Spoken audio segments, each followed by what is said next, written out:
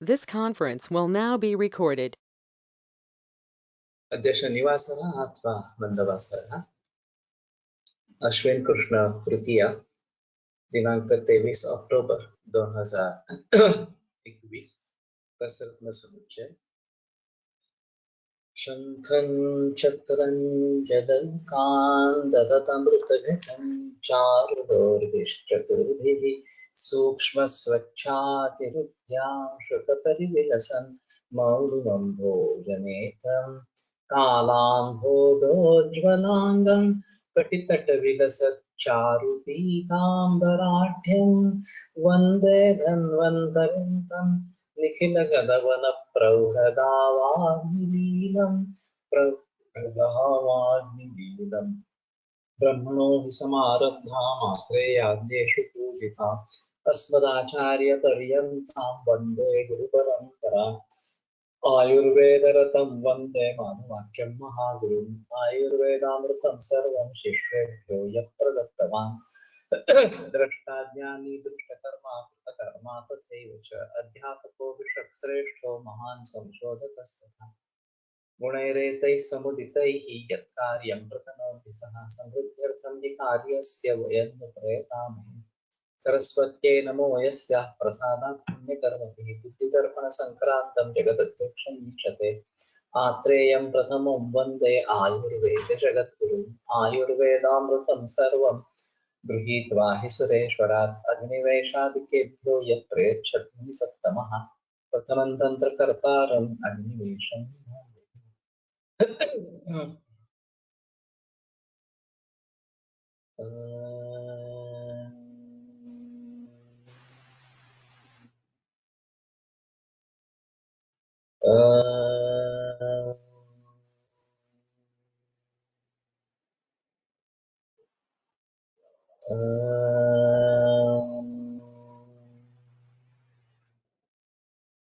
ओम शांति शांति शांति।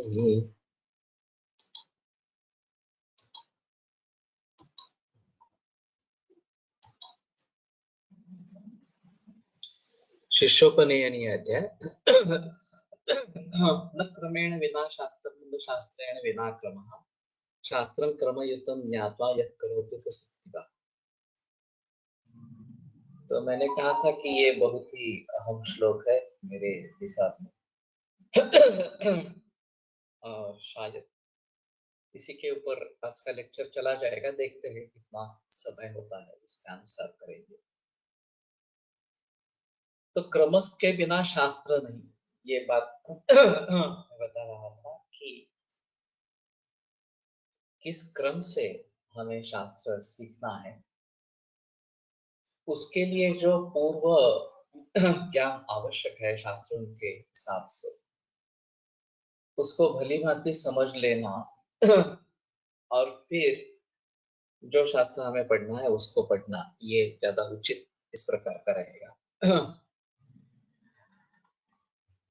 तो न्याय सांख्य वगैरह सभी शास्त्रों को सीख कर फिर आयुर्वेद में आए, ये ज्यादा बेहतर इस प्रकार का है।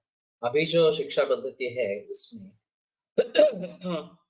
एमबीबीएस, बीएचएमएस, बीएएमएस इन सभी को एक स्तर पर लाया गया, या बीएनएस, और सभी का entry point 12th science biology group इस प्रकार का बना दिया है।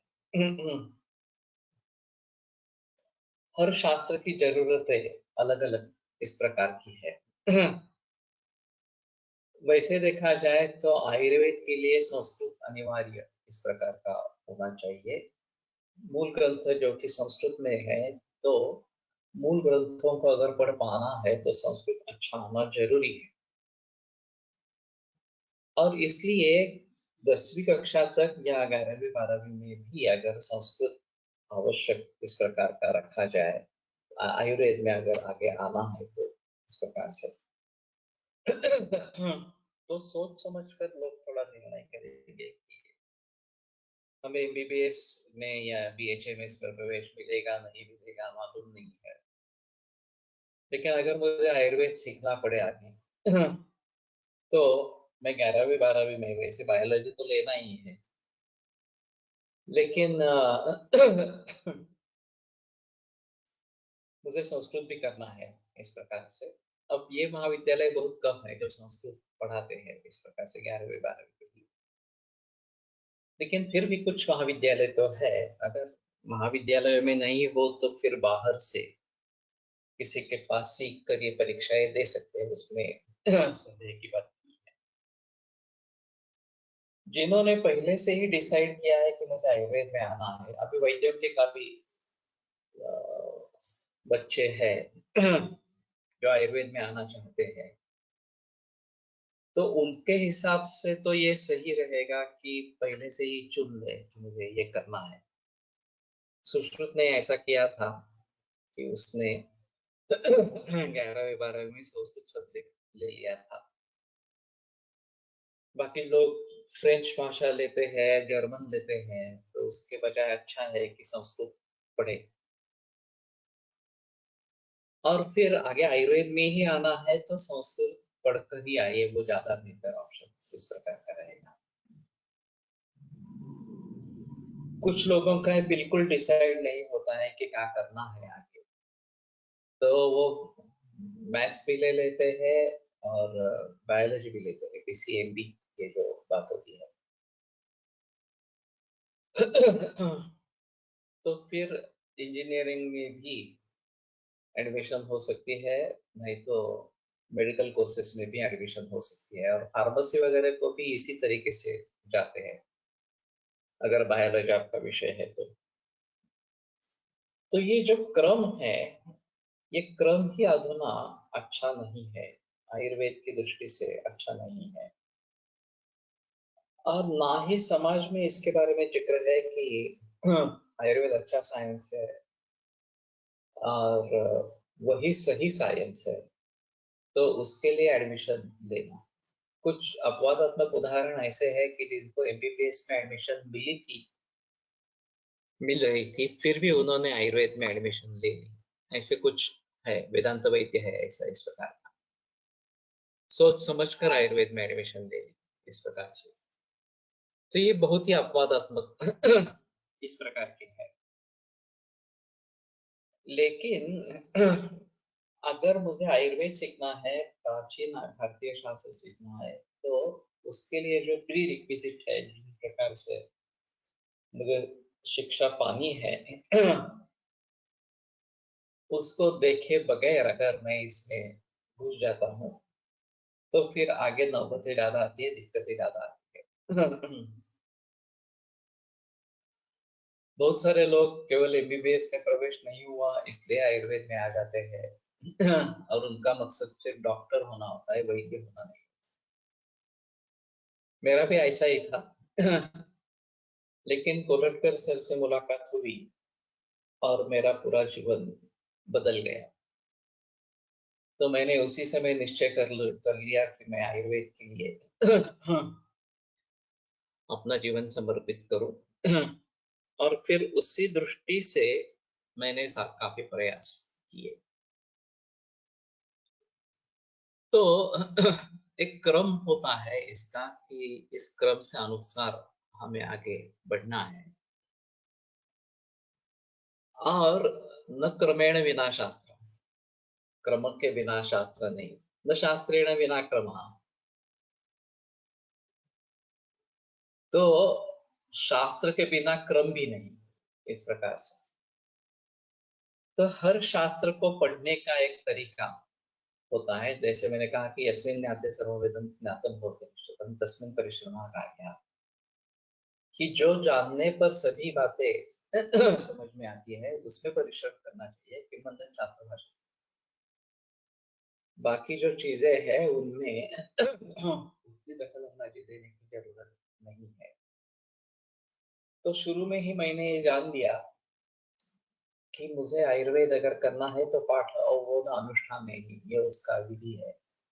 तो पहला मतलब है पाठ, कि पढ़ते रहना, और इतनी बार पढ़ते रहना कि वो कंठस्थ हो जाए। और केरल की मैंने ट्रेडिशन बताई थी कि हर रोज इस प्रकार से 4 अध्याय पढ़ते हैं, केवल पढ़ते हैं, तो भी 1-2 बरस में पूरा अष्टांग हृदय कंठस्थ हो जाता है।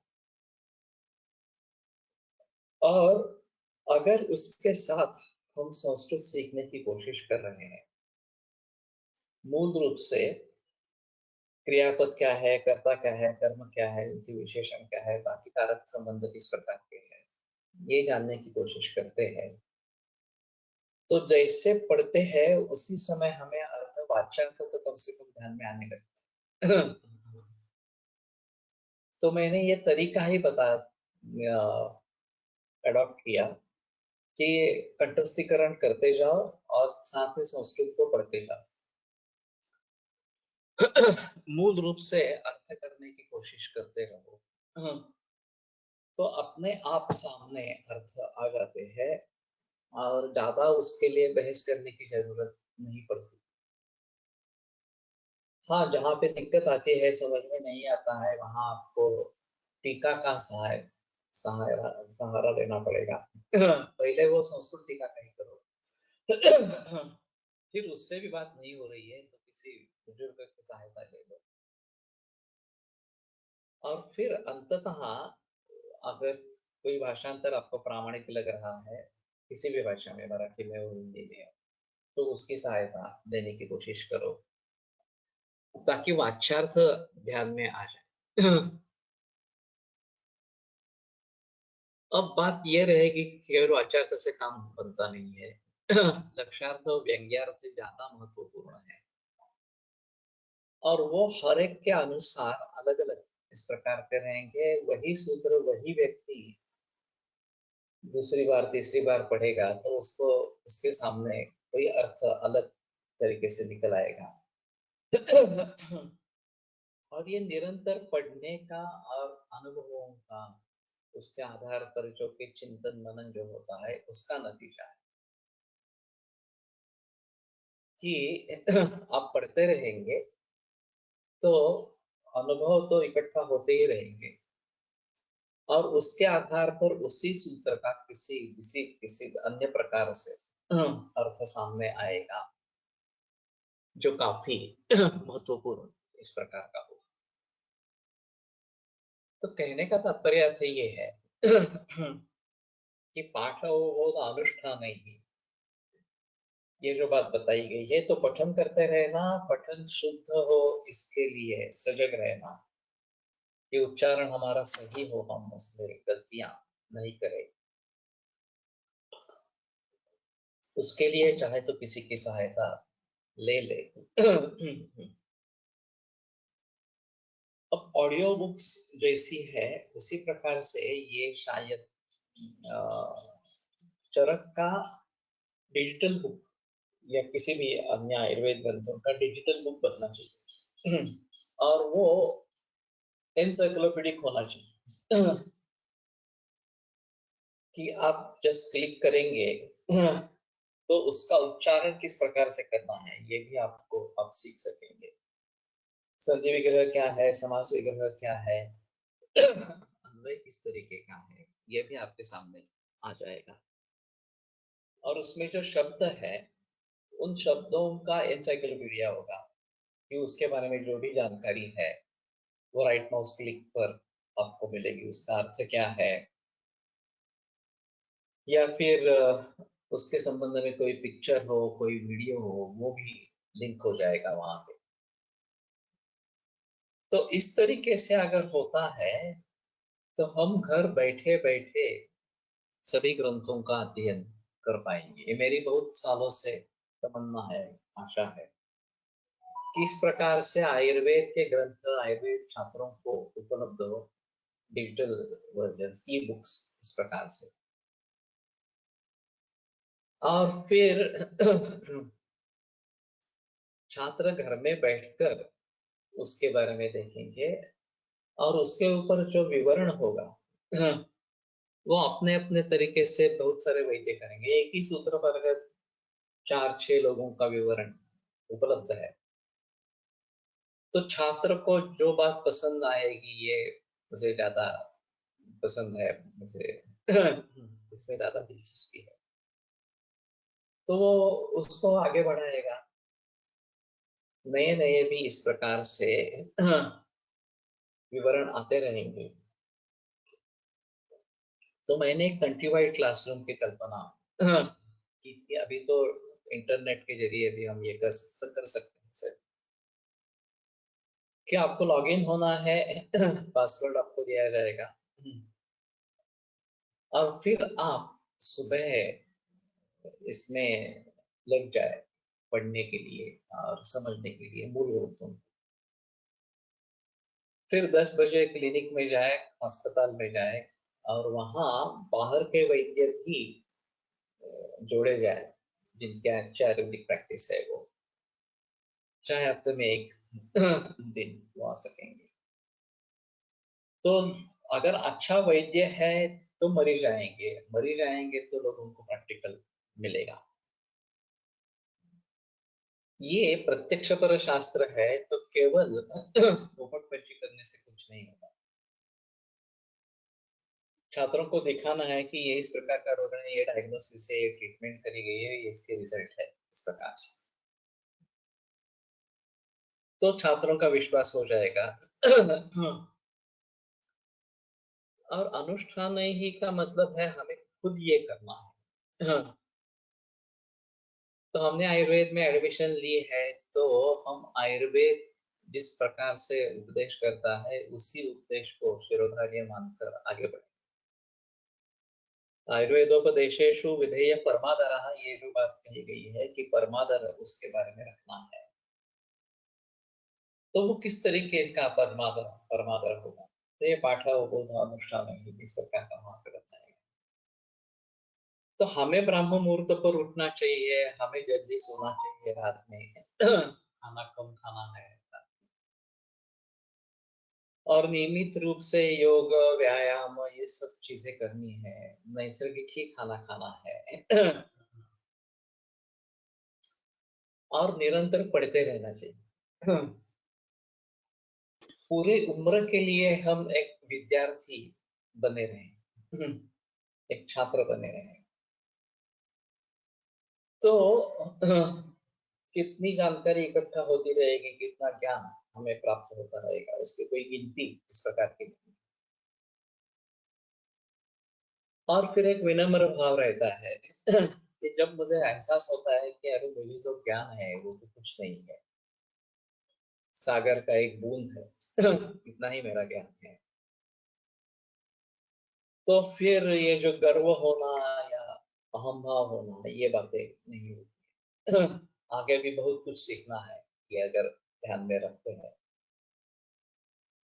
तो इस प्रकार का अहम भाव नहीं होगा, और फिर हम सीखते रहेंगे। कृष्ण ही लोग को बुद्धिमताम आचार्य शत्रु बुद्धिमता, बुद्धिमान व्यक्ति के लिए पूरा विश्व ही आचार्य है, गुरु है, और मूर्ख के लिए वो शत्रु है। तो मैंने क्या सीखा इससे, चाहे अपयश हो, लेकिन अपयश से भी मैंने क्या सीखा, ये अगर हम सोचेंगे तो पता चलेगा कि जब सीखने वाली चीजें बहुत सारी है। हमें सिर्फ उनका फायदा इस प्रकार का उठाना है, पढ़ते रहना है, सीखते रहना है, इस प्रकार से। तो एक क्रम है, न शास्त्रेण विना क्रमः, शास्त्र के बिना क्रम भी नहीं है, इस प्रकार से। शास्त्रम क्रमयुतं ज्ञात्वा यः करोति स सिद्धिः, क्रमयुत शास्त्र को जानकर जो कार्य करता है वो सिद्धि प्राप्त करवा लेता है, उसको सिद्धि प्राप्त होती है, या सिद्धि का फल उसको मिलता है। तो इसमें टीका में जो बात कही है, अनुष्ठान उसका चाहिए, और अनुष्ठान के कल काफी अर्थ हमने देखे। सो सातत्य ये होना ये बहुत जरूरी है। आरंभ शुरू लोग होते हैं, शुरू करते हैं, फिर थोड़ा भी विघ्न आता है तो बंद कर देते हैं। खास करके व्यायाम और योगाभ्यास के बारे में ये काफी देखा गया है। हर बरस में 1 जनवरी को संकल्प संकल्प किया जाता है, बस इस बरस में मैं पूरी तरीके से व्यायाम वगैरह सब करूंगा, सेहत के ऊपर ध्यान रखूंगा, 5-6 जनवरी को ये तो खत्म हो जाता है सिलसिला। और फिर अगले 1 जनवरी को ही हम फिर से संकल्प करें। तो ये बात नहीं होनी है।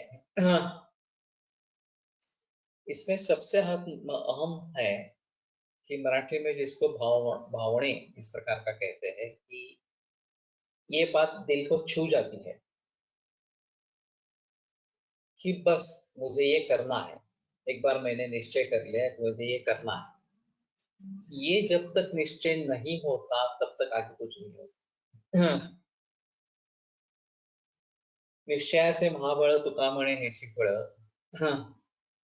तो निश्चय महाबलवान इस प्रकार का है और वही फल है क्योंकि एक बार निश्चय हो गया इस प्रकार का तो फिर आगे बताने की जरूरत नहीं पड़ती, लोग अपने आप करने लगते हैं। तो मैं अभी समझता हूं कि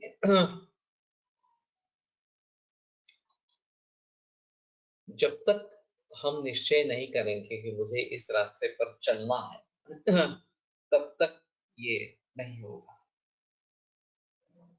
अब बात आती है इंटीग्रेशन की कि ये जो तथाकथित सूत्रों के आधार पर एकम शास्त्र अध्ययन विद्या शास्त्र निश्चय तो एलोपैथी सीखनी चाहिए, उसके बगैर आयुर्वेद सीख नहीं सकेंगे, इस प्रकार के मत प्रचलन में आते हैं। और एलोपैथी का एक्सपीरियंस होना चाहिए, ऐसे भी कुछ मत प्रचलन में है। तो इन सभी से बच के रहना है। अभी ऐसा है कि हमारा आयुष सीमित है। अभी समझो 70, 80, 90 बरस तक भी जिएंगे तो भी एक्टिव लाइफ 70 तक होगा, उसके आगे लिमिटेशंस रहेगी। हमारे यहाँ बुजुर्ग वैद्य है जिन्होंने 90 तक भी प्रैक्टिस की है, लेकिन 70, 75 ज्यादा से ज्यादा, उसके आगे मुश्किल होता है थोड़ा सा। तो उसमें अगर आपके पास अच्छा ज्ञान है, अच्छा अनुभव है, तो सारा समय प्रैक्टिस में ही व्यतीत होता जाएगा। सीखने के लिए मौका कहाँ मिलेगा, समय कहाँ मिलेगा। अभी ये जो हम शुरू में प्रातःकाल में कर रहे हैं तो यहाँ दूसरा कोई व्यवधान नहीं होता, तो ये आसानी से थोड़ा सा हो सकता है। दोपहर में करेंगे, रात में करेंगे तो फिर अन्य व्यवधान व्यवधान उसमें आ सकते हैं। तो इसमें बार बार रुकावट इस प्रकार की आएगी। तो इसलिए जो समय मिलेगा उसमें हमें आयुर्वेद सीखना है या एलोपैथी सीखनी है या दोनों सीखना है, तो समय तो काफी कम है। आयुर्वेद सीखना हमारा ही कर्तव्य है, एलोपैथी सीखना हमारा कर्तव्य नहीं है। तो अगर समय की लिमिटेशंस है, मर्यादा है, शक्ति की मर्यादा है, तो हमें आयुर्वेद ही करना है। अब जाते जाते जितनी एलोपैथी हम सीख सकेंगे, जितनी व्यवहार के लिए आवश्यक इस प्रकार की हो, शायद वो थोड़ा बहुत अगर समझ सकते हैं इंटरनेट के जरिए वगैरह वगैरह। मैंने एक भी एलोपैथिक किताब पढ़ी नहीं है, फिर भी मैं 41 बरस प्रैक्टिस कर रहा हूँ। मैं ऐसा नहीं कह सकता कि मुझे एलोपैथी के बारे में बिल्कुल ज्ञान नहीं है, खास करके इन्वेस्टिगेशंस की रिपोर्ट्स वगैरह जो है। वो मरीज इतने सारे रिपोर्ट्स लाते हैं साथ में और उनकी अपेक्षा रहती है कि वो देखे क्योंकि उन्होंने उसके लिए पैसे खर्च किए होते हैं। और डॉक्टर अगर वो देखेंगे ही नहीं इस प्रकार से तो उनका समाधान नहीं होगा। दूसरी बात ऐसी भी हो सकती है कि उससे कुछ गंभीरता के बारे में बात मालूम हो जाती है, कीटोन बॉडीज है या फिर शुगर लेवल बहुत ही हाई है वगैरह इस प्रकार से। तो हम थोड़ा सजग हो जाते हैं कि ठीक है, इसके बारे में थोड़ा देखना पड़ेगा इस प्रकार से। लेकिन इसके जरिए जो ज्ञान प्राप्त होता है वही काफी है। अलगता से उसको पढ़ना, उसमें उसके लिए समय दे देना, ये जरूरी नहीं है। सिर्फ आपको ये पता होना चाहिए कि ये केस कितनी गंभीर है, सीरियस है, और वो गंभीर था हमारे शास्त्र के अनुसार और एलोपैथी के अनुसार अलग अलग हो सकता है। उनके शास्त्र के अनुसार जो गंभीर बातें हो वही हमारे लिए भी गंभीर ही होगी, ऐसी बात नहीं है। हाँ, और हमारे अनुसार जो गंभीर होगी वो उनके अनुसार गंभीर होगी ही, इस प्रकार का भी नहीं है। अभी हमें तो आगे बढ़ना है, आयुर्वेद की दृष्टि से आगे बढ़ना है। तो सही जजमेंट होना ये बहुत जरूरी इस प्रकार का, और वो ज्ञान और अनुभव इन्हीं के आधार पर होता रहता है। दूसरा कहीं उसके लिए शॉर्टकट इस प्रकार का नहीं है। लेकिन अगर आप सही जजमेंट ले पाते हैं, बहुत सारे मरीजों में, एक आध दूसरे मरीज में ऐसा हो सकता है कि आपको जब जजमेंट चूक सकता है, और आपको थोड़ा सजग रह के उसके बारे में सोचना है। लेकिन बहुत सारे मरीजों में अगर आप भली भांति समझ लेते हैं कि ये गंभीर है नहीं है इस प्रकार से, और फिर चिकित्सा करते हैं। दूसरी बात भी ऐसी होती है कि एलोपैथी में इसके लिए क्या क्या पर्याय उपलब्ध है, ये भी बात समझ में लेनी चाहिए। ज्यादातर हमारे पास मरीज आते हैं वो एलोपैथी पूरी खत्म करके ही आते हैं, एलोपैथी में कुछ करने लायक रहता नहीं, तभी हमारे पास आते हैं।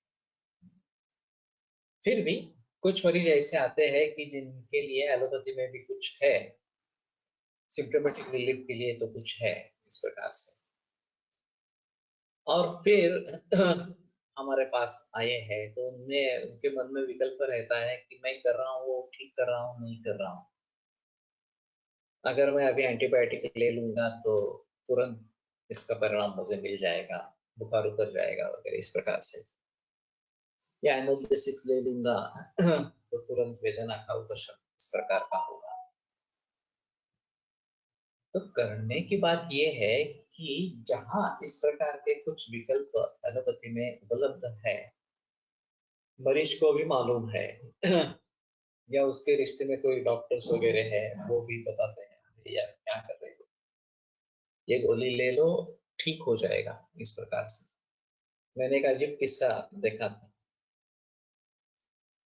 बीबीवाड़ी में कोई एक वैद्य प्रैक्टिस करने वाला था, मरीज के बिल्कुल नजदीक था। ब्लड प्रेशर की शिकायत थी, मैंने उससे कहा कि तुम जाकर वहां से शिरोधारा करवाओ, मेरे क्लिनिक में हो सकती है लेकिन तुम्हारे वो नजदीक है तो वहां पे करो तो भी चलेगा। जब वो मरीज उस तथाकथित वैद्य के पास गया तो उसने कहा क्यों, टारगेट सर कह रहे हैं इसलिए मैं करूंगा, लेकिन करने की जरूरत नहीं, एक गोली दे देता हूँ वो ले लो, ब्लड प्रेशर नॉर्मल रहेगा। और उसने एलोपैथी की गोली लिख दी।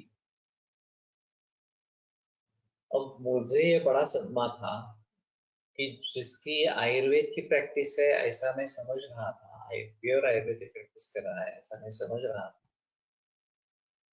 उसने खुद मेरे ही मरीज को इस प्रकार का एलोपैथी की दवा लिख के दे दी। और ऊपर से कहा कि ये करने की जरूरत नहीं है, तुम ये गोली ले लो, सिर वगैरह करने की जरूरत नहीं। मरीज मेरे पूरे पक्के विश्वास का था, पूरे विश्वास का था, वो मेरे पास वापस आया, फिर हमने मेरे क्लिनिक में सिर वगैरह करवा। तो अगर दूसरा कोई मरीज होता तो वो निकल जाता कि अरे ठीक है ये बता रहे हैं तो एलोपैथी में गोलियां ले लेंगे और काम हो जाएगा इस प्रकार से। मुझे मालूम है शिरोधारा काफी महंगी है उस टैबलेट के हिसाब में, फिर भी वो मूल रूप में उपचार करने वाली है। ये बात बहुत अहम है। तो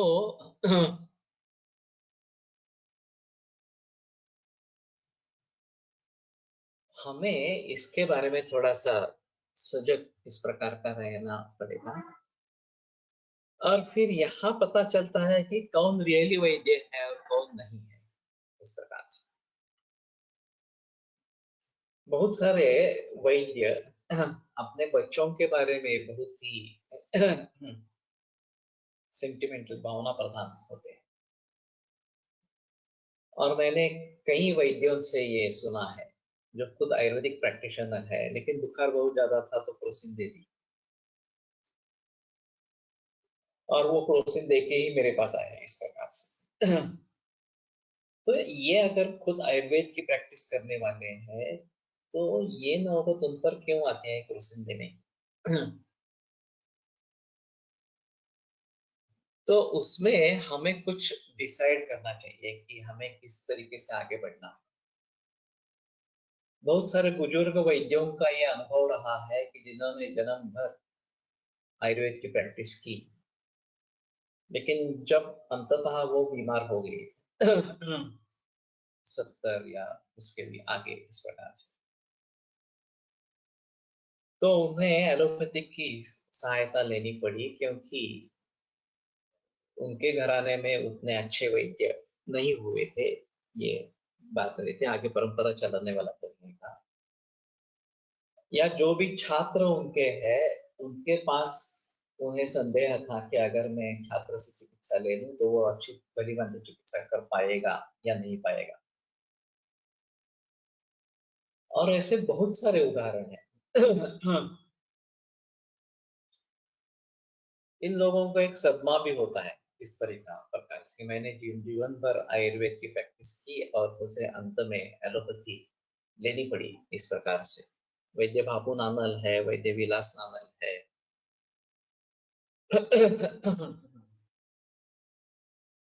भाग्यवाड़ीकर शास्त्री को भी इसी प्रकार से एडमिट किया गया था। जब उनको पता चला कि मैं एलोपैथी के अस्पताल में एडमिट किया है, तो उन्होंने बताया मैं नहीं रहूंगा यहाँ, मुझे केवल आयुर्वेद उपचार करना है, इस प्रकार से। तो कहने का तात्पर्य अर्थ ये है कि ये नौबत बहुत सारे वैद्यों पर आ रही है। इस स्थिति में मैं दूसरे को एलोपैथी नहीं दूंगा, ये तो हमारा निश्चय है। अगर आप मानते हैं कि तुमसे काम हो नहीं रहा, कोई बुजुर्ग वैद्य है नहीं कि जिसकी सहायता ले सके, तो एलोपैथी करनी है नहीं करनी है, ये एक बड़ा सवाल होता है। तो मेरा मंतव्य है कि हम खुद एलोपैथी तो नहीं करेंगे। अगर सहायता लेनी है तो किसी एलोपैथी के डॉक्टर से सहायता लेनी। ये कोई अच्छी बात नहीं है। हमें तो हमारे ही शास्त्र से अच्छा होगा, इसमें संदेह इस प्रकार का नहीं। लेकिन आप जब बुजुर्ग हो जाते हैं और कोई सीनियर व्यक्ति आपके लिए नहीं रहती, और बीमारी चाहे गंभीर हो या न हो, ये एक अलग इस प्रकार की बात हो। जनरली जब तक गंभीरता नहीं होती है तब तक ये नहीं किया जाता, लेकिन गंभीर बात हो जाती है तो लोगों को ऐसा लगता है कि आप इतना अभिनिवेश मत रखो कि चाहे व्यक्ति की मौत हो जाए लेकिन आयुर्वेद छोड़ेंगे नहीं, इस प्रकार से केवल आयुर्वेद आयुर्वेद ही करते रहेंगे।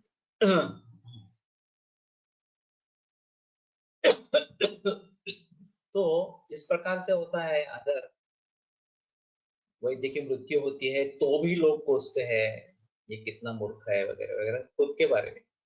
मरीज के बारे में होता है तो बहुत सारा कोसते रहते हैं कि इनको ये भी पता नहीं है कि गंभीर अवस्था क्या है, और खुद कर नहीं कर पा रहे हैं तो एलोपैथी में क्यों नहीं सलाह दी जाने के लिए। अब ये सिर्फ वैद्यों के लिए है। आप एलोपैथी की प्रैक्टिस कर रहे हैं और एलोपैथी में कोई मरीज बिगड़ रहा है, तो ये आपके दिमाग में नहीं आता, अरे ये बिगड़ रहा है, मुझे आयुर्वेद होम्योपैथी के बारे में सोचना है, वहां पे कुछ अच्छा इलाज इस प्रकार का होगा, ये मेरी नैतिकता है। ये तो नहीं है बात। जो बीएमएस होकर एलोपैथिक प्रैक्टिस कर रहे हैं उनके मन में दिमाग में ये बात कभी नहीं आती कि अरे मैंने बीएमएस किया है, ये परिस्थिति इसकी बिगड़ रही है, एलोपैथी कुछ काम नहीं कर रही है, तो मुझे मेरे शास्त्र के बारे में सोचना है। क्योंकि मालूम ही नहीं है आयुर्वेद में कुछ है, इसमें इलाज हो सकता है आयुर्वेद में, इसके बारे में कुछ पता ही नहीं है। तो ऐसी हालत में ये जो मुद्दा नैतिकता का उठाया जाता है वो केवल वैद्यों के लिए नहीं है, वास्तव में वो एलोपैथी के डॉक्टर्स के लिए भी है। लेकिन वो समझते हैं कि उनका शास्त्र परिपूर्ण है, उसके बगैर कुछ है ही नहीं, और कुछ अलग सोचने का विचार हो ही नहीं सकता। ज्यादा से ज्यादा क्या मरीज मर जाएगा, बाकी क्या होगा। लेकिन हमने तो पूरी कोशिश की है उसके लिए, बस मेरा कर्तव्य मैंने किया किया है। लेकिन यही बात अगर आयुर्वेद के बारे में होती है कि आयुर्वेद की ट्रीटमेंट आप लेते रहते हैं और असाध्य ही रुग्ण है, मृत्यु हो जाती है, तो फिर हम भी सोचने लगते हैं कि अरे मुझे कुछ अलग तरीके से सोचना चाहिए था क्या, मुझे कुछ एलोपैथी की ट्रीटमेंट देनी चाहिए थी क्या, वगैरह वगैरह इस प्रकार से। तो ये बात सभी के लिए हो सकती है। मेरी माँ के बारे में ऐसा हुआ था कि वैसे मायके में किसी को डायबिटीज नहीं था, लेकिन उनको डायबिटीज हो गया, फिर रेटिनोपैथी हुई, किडनी फेलियर हुआ। हमारी ट्रीटमेंट चलती रही और 4-5 बरस के बाद ऐसी अवस्था है कि मुझे पता चला अब ये बचने वाली नहीं है, इस प्रकार से। फिर भी मुझे मालूम था कि एलोपैथी में कुछ होने वाला नहीं है, इस प्रकार से, और डायलिसिस शुरू कर देते हैं, कदाचित तो प्रोलॉन्ग हो जाएगा लाइफ, इस प्रकार से। लेकिन क्लिनिकल साइन सिम्टम्स कोई भी कुछ भी नहीं थे, क्रिएटिनिन हाई था, यूरिया हाई था। तो जब ऐसी बात आई कि ये अभी चल बसने वाली है, 1-2 दिन ही काफी है, शेष है, इस प्रकार से, तो मैंने बहुत जिक्र करके सरदेशम सर को घर पे बुलाया। वो 2 बजे घर पे आए, 3-3:30 बजे उनकी मौत हो गई। हो, 2 दिवस आधी आले थे। हाँ, 2 दिवस आधी आले थे. 2 दिवस आधी आले होते. मला असं वाटलं त्याच दिवशी आले, लेकिन फिर भी उन्होंने बता दिया कि कुछ करने लायक नहीं है ये आपको।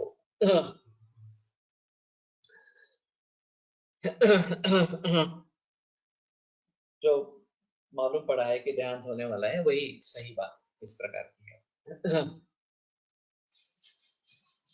फिर भी मुझे ऐसा लगा था उस समय में कि मैंने भूल तो नहीं कि मुझे एलोपैथी में जाना चाहिए था, इस प्रकार से। तो ये जो बातें हैं ये तो बातें होती रहेगी, इस प्रकार से।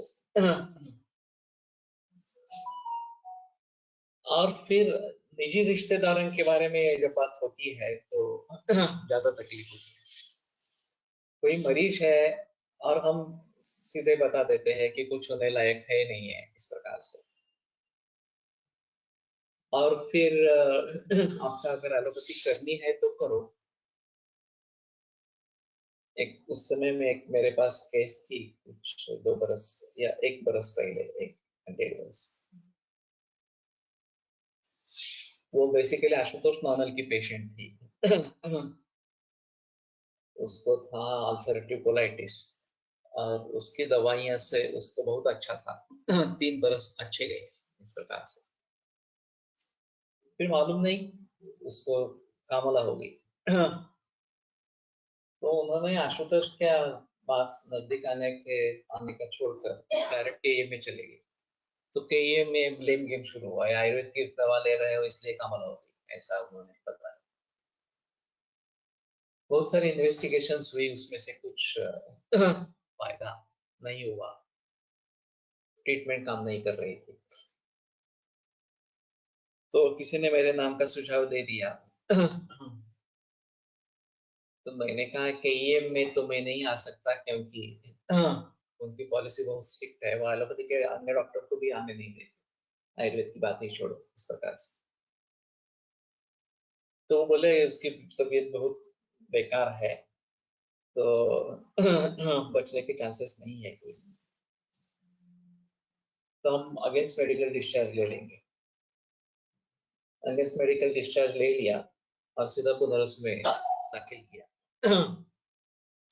मैंने जाकर पुनर्वसु में केस देखी, तो पता चला कि कोई चांसेस नहीं है बचने के इस प्रकार से। फिर भी मैंने कहा कि चांसेस नहीं है, अगर अगर आपको कहीं दूसरे क्लिनिक में या अस्पताल में जाना है तो बता दो। तो फिर कहाँ जा सकते हैं वगैरह इस प्रकार के बारे में बहस हुई। मैंने अच्युत जोशी को फोन किया। अच्युत जोशी बोले कि जोशी अस्पताल में दाखिल कर सकते हैं, लेकिन पहले कोविड की टेस्ट होगी। कोविड की टेस्ट हुई है क्या उनकी? मैंने कहा कि मुझे याद है वहां तक तो कोविड की टेस्ट हुई थी उनकी, लेकिन उनके पास रिपोर्ट नहीं था। तो फिर रिपोर्ट नहीं है तो कुछ आगे होगा नहीं।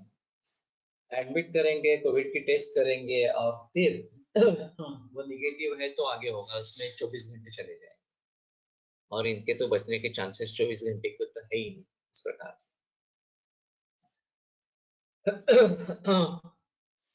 पर फिर मैंने रिश्तेदारों से बात की तो उन्होंने बताया कि ऐसा है, हमें आयुर्वेद का बहुत अच्छा रिजल्ट मिला है। ये अभी कामला के बारे में ये जो बात कह रहे हैं हमें मालूम नहीं उसके बारे में, ये आयुर्वेद से कामला होती नहीं इस प्रकार से। लेकिन 3 बरस अल्सरेटिव कोलाइटिस में बहुत अच्छे रिजल्ट्स मिले हैं, तो हम नहीं कोसना चाहते हैं आयुर्वेद के लिए। एलोपैथी में हमने 5 लाख खर्च किए थे और कुछ भी नहीं हुआ था, उससे तबीयत बिगड़ती ही गई थी। तो मैंने कहा देखो फिर यहीं पे रहने दो, अगर मौत होती है तो यहाँ से डेथ सर्टिफिकेट दे देंगे, बाकी कुछ नहीं है इस प्रकार से। और उसी रात मौत हो गई। और उन्होंने भी सोच समझ कर निर्णय लिया कि नहीं यहीं पे रहेंगे, कहीं नहीं जाएंगे इस प्रकार से। ऍडमिट असताना मृत्यू झाला तर समाज मग ते स्वीकारते, आयुर्वेदिक हॉस्पिटल असेल तरी काही प्रमाणात स्वीकारले जाते, पण घरी किती ची चांगली चिकित्सा वैद्याने दिली तरी लोक सहज स्वीकारत नाही, आणि जर बरी झाली तर फार गंभीर नव्हती ऍडमिट करण्याची पाळी आली नाही असे प्रतिक्रिया असते। ये सब हुआ है वो एलोपैथी में सिम्टोमेटिक रिलीफ का जो पैनोरामा खड़ा किया गया है उसके जरिए हुआ। कि एलोपैथी को लोग एक जादू समझ रहे हैं, बीच में या ऐसा हुआ अभी नहीं रहा वो, लेकिन जादुई परिणाम इस प्रकार के हैं और सिम्टोमेटिक रिलीफ तुरंत हो जाता है, तो उन्हें लगता है कि कितनी अच्छी चिकित्सा है, ये सब लक्षण चले गए वगैरह वगैरह इस प्रकार से। और उसी के जरिए वो साइंस बन गया। उसको साइंस मानने लगे, जो वास्तविक उसकी योग्यता नहीं है, वो साइंस नहीं है। लेकिन ये सिम्टोमेटिक रिलीफ को फार्मेसी ने इस प्रकार से ग्लोरीफाई किया कि बस यही साइंस है इस प्रकार से, और पूरा समाज इसकी चपेट में आ गया। और वो समझने लगे कि हाँ यही साइंस है, और उसकी दृष्टि से आयुर्वेद होम्योपैथी या और कुछ साइंस है या नहीं है देखना है। साइंस की परिभाषा क्या है, किसको साइंस कहेंगे, ये एक अलग मुद्दा उठता है। मैंने एक बीच में ऐसा किया था कि आयुर्वेद एक शास्त्र इसकी पुस्तिका बनाई थी, बहुत छोटी थी। और आने वाले सभी मरीजों को, उनके रिश्तेदारों को वो मुफ्त में दिया करते थे। और जो मरीज आयुर्वेद से अच्छे हो रहे हैं, बिल्कुल ठीक रहे हैं, उनके मन में भी ये आशंका रहती है कि आयुर्वेद साइंस है या नहीं है। मुझे रिजल्ट्स मिल गए, मैं ठीक हो गया, लेकिन ये शास्त्र है इसलिए मैं ठीक हो गया। मेरा सौभाग्य था कि मैं यहाँ पे आया और मेरा सही इलाज आयुर्वेद में हुआ, इसलिए मैं ठीक हो गया। आयुर्वेद शास्त्र है, इसके बारे में मुझे भी संदेह है। अगर ये प्रतिक्रिया अच्छी तरीके से रिजल्ट मिलने के बाद भी है, तो जिनको रिजल्ट नहीं मिल रहे हैं या उतनी मात्रा में नहीं मिल रहे हैं, वो क्या सोचेंगे? वो तो ऐसे ही कहेंगे ना कि हाँ ठीक है, कुछ हो नहीं रहा था एलोपैथी में, इसलिए आयुर्वेद में आ गए, अच्छा हुआ कि मुझे रिजल्ट मिल गया, या कुछ हद तक रिजल्ट मिल रहा है, नहीं मिल रहा है तो ये भी बेकार है। कोई रिजल्ट नहीं मिल रहे हैं तो ये भी साइंस कहने के लायक इस प्रकार का नहीं। तो कहने का तात्पर्य अर्थ ये है कि लोग अपने अनुभवों के आधार पर चलते रहते हैं। और ये सिम्टोमेटिक रिलीफ ये इतना बड़ा अनुभव है उनके हिसाब से, उसी से उसको एक साइंस का दर्जा प्राप्त हो जाता है। तो हमें अगर टिकना है तो हमें सिम्टोमेटिक रिलीफ देना ही पड़ेगा। उसके साथ में हम मूल रोग की चिकित्सा करते रहेंगे और उसको दुरुस्त करते रहेंगे, मूल रोग को दुरुस्त करेंगे। लेकिन मरीज जिस लक्षणों के लिए हमारे पास आया है, वो मूल रोग की चिकित्सा करते हुए उस लक्षण की भी चिकित्सा होना बहुत जरूरी है। अगर हम कहते रहेंगे क्या आप ठीक हो रहे हो, 2-4 महीने और लगेंगे लेकिन आप ठीक हो जाओगे, इस प्रकार से, तो लोग मानेंगे नहीं। फिर भी दातार गुरु जी के यहाँ बहुत सारे मरीज उनके इस प्रकार के थे कि जो महीनों महीनों तक उनकी दवाई फर्स्ट वगैरह इस प्रकार से लेते थे, धीरे धीरे धीरे धीरे ठीक होते थे इस प्रकार से। अभी भी जो उनके फॉलोअर्स है दातार शास्त्री के। लेकिन एक्यूट केसेस अगर है तो उसके बारे में अलगता से सोचना पड़ेगा। और तुरंत राहत के लिए कुछ ना कुछ तो होना चाहिए। उस रोग को ध्यान में रखते हुए हमें तुरंत राहत कैसे मिलेगी ये देखना चाहिए। और तात्काल भी लाभ हो सकता है, एक दिन में लाभ हो सकता है, एक हफ्ते में लाभ हो सकता है, लेकिन हफ्ते में ही सही, लेकिन लाभ तो होना चाहिए। और लाभ होना यानी कि सिम्टम्स रिलीज हो जाना, सिम्टम्स कम हो जाना। अब लोगों के मन में अपेक्षा ऐसी है कि सिम्टम्स यानी कि उनको जो कुछ तकलीफें हो रही है वो नहीं, जो इन्वेस्टिगेटिव सिम्टम्स है वो कम होने चाहिए, तभी हम मानेंगे कि ये ठीक हो रहा है। कैंसर के बारे में मेरा बहुत सारे मरीजों का अनुभव है कि पेशेंट क्लिनिकली अच्छा है, 2-2.5 लीटर दूध जा रहा है, भूख लग रही है, नींद आ रही है, सभी अच्छा है, लेकिन CA 125 पहले 500 था, अब 1000 हो गया, 1500 हो गया, इस प्रकार से। पहले वो कंट्रोल में था क्योंकि केमोथेरेपी वगैरह चल रही थी, केमोथेरेपी 12-15-20 साइकिल्स हो गई, उसके दुष्परिणाम होने लगे, आगे सहन नहीं कर पा रहे हैं, इसलिए वो छोड़कर आयुर्वेद में आए। अब बात ऐसी है कि पेशेंट क्लिनिकली बहुत अच्छा है, फिर भी वो मानता है कि नहीं, ये तो बढ़ गया CA 125, तो ये ठीक नहीं हो रहा, इस प्रकार से आयुर्वेद का कुछ फायदा नहीं हो रहा, इस प्रकार से। तो मैं बताता रहता हूँ कि इम्यूनिटी प्रोग्रेशन और डिसीज प्रोग्रेशन पैरेलली चलते रहते हैं, और जब तक इम्यूनिटी उतनी बढ़ती नहीं कि वो डिसीज को कंट्रोल करे, तब तक आपको इसमें सुधार नहीं दिखेगा। क्लिनिकली का अच्छा है, लेकिन क्लिनिकली कोई मानने के लिए तैयार ही नहीं है ना। जैसे क्लिनिकली अच्छा है, ये मुझे देखना ही है, देखना ही नहीं है, मुझे सिर्फ रिपोर्ट ही देखने हैं। शुगर कम हो गई क्या, नहीं हो गई तो ठीक है, आयुर्वेद काम नहीं कर रहा। तो ये जो मेंटेलिटी अभी बनाई गई है, एलोपैथी ने इसके बारे में काफी प्रयास किए हैं कि इसी को आप क्राइटेरिया समझो। और अगर आयुर्वेद की ट्रीटमेंट हेल्पफुल है या नहीं है ये देखना है, तो ये क्राइटेरिया, हमारा जो क्राइटेरिया है वही क्राइटेरिया है। तो परसों भी ऐसा हुआ, एक ऐसे ही मरीज आए थे 4 महीने इंटरनेट पे दवाइयाँ चल रही थी, गोवा से थे, फिर दिखाने के लिए आए साक्षात इस प्रकार से। ठीक थे, 2-2.5 लीटर दूध जा रहा था वगैरह से भी ठीक, बातें ठीक। लेकिन जब उन्होंने CA 19.9 किया तो दुगना हो गया।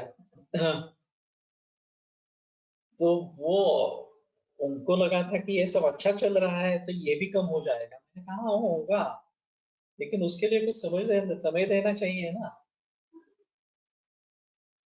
4-5 बरस से जो प्रक्रिया शरीर में हो रही है वो क्या 1-2 दिन में, 2 महीने में पूरी रिवर्ट हो जाएगी? ये तो पॉसिबल नहीं है। तो ये बात समझ में आने के लिए भी काफी प्रयास करने पड़े।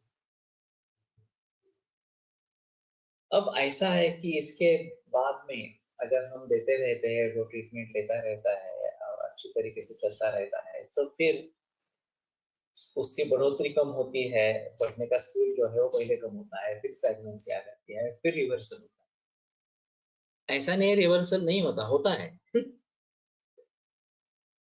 लेकिन तब तक मरीज का विश्वास होना बहुत जरूरी है। वो अगर डगमग जाता है बीच में, यार नहीं ये फिर भी ये बिगड़ ही रहा है, बिगड़ ही रहा है, तो इसी का इम्पैक्ट हो जाता है और मरीज सचमुच बिगड़ने लगता है। निगेटिव इम्पैक्ट इस प्रकार का हो जाता है।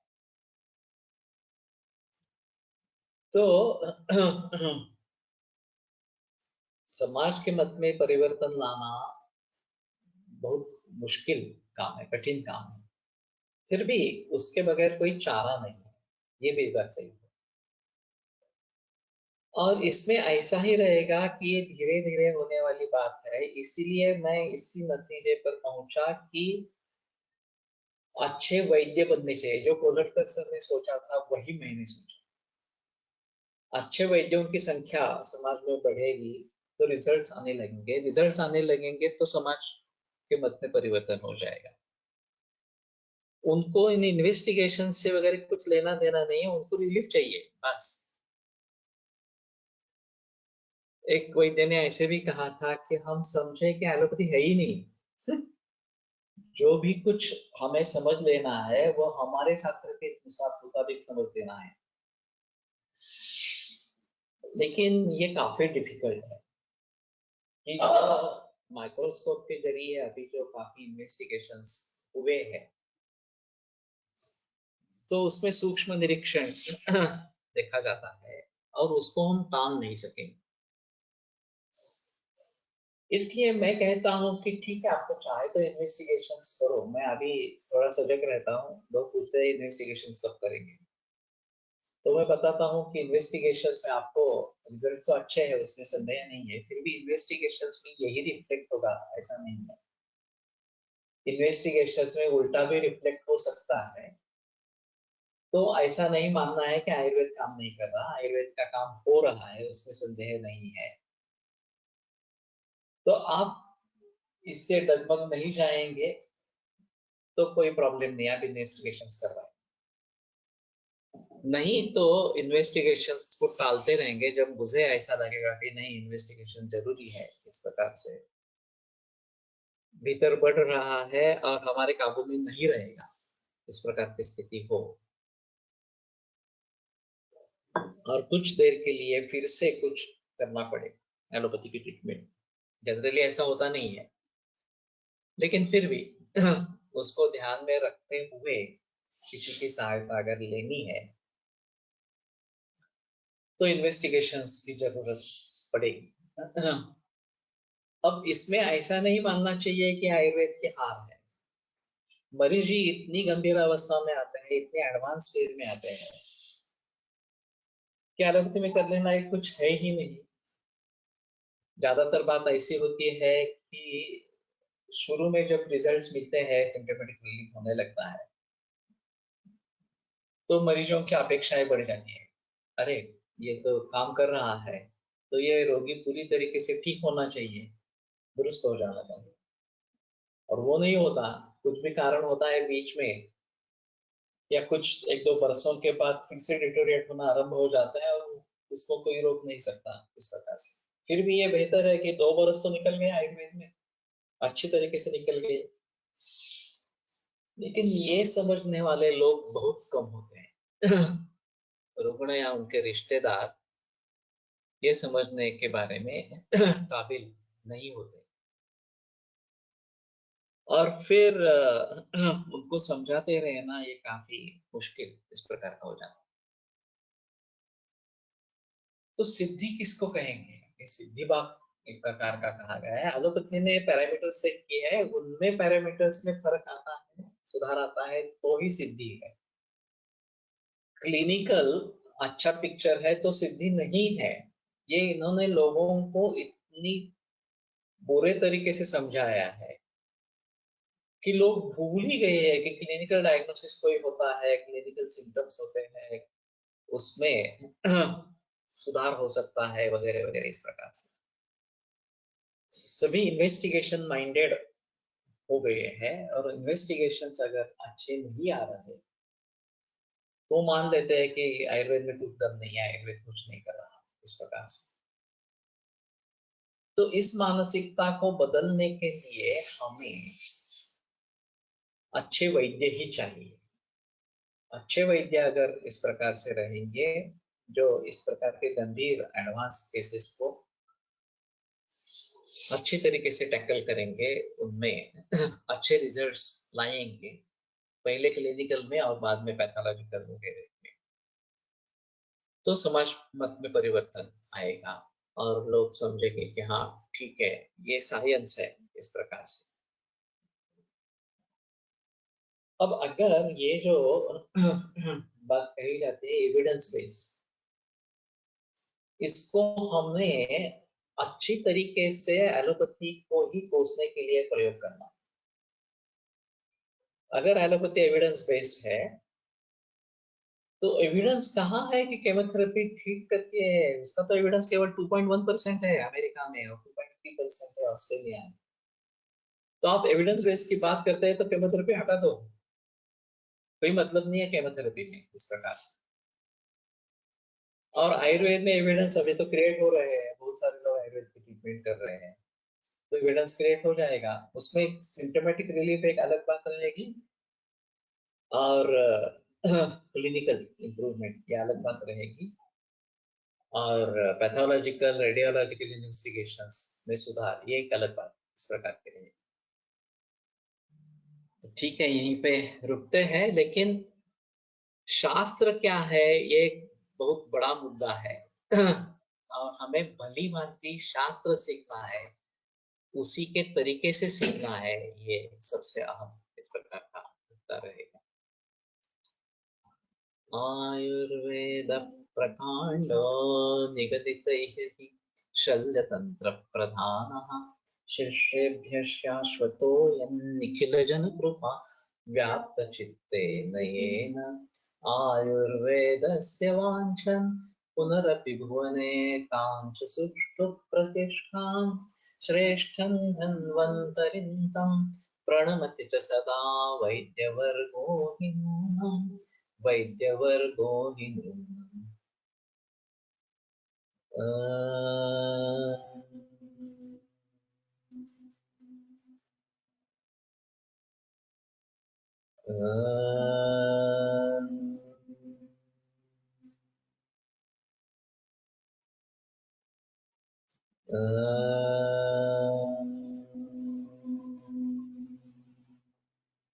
ओम शांति शांति शांति। विरम्यते व्याख्यान व्यापारः।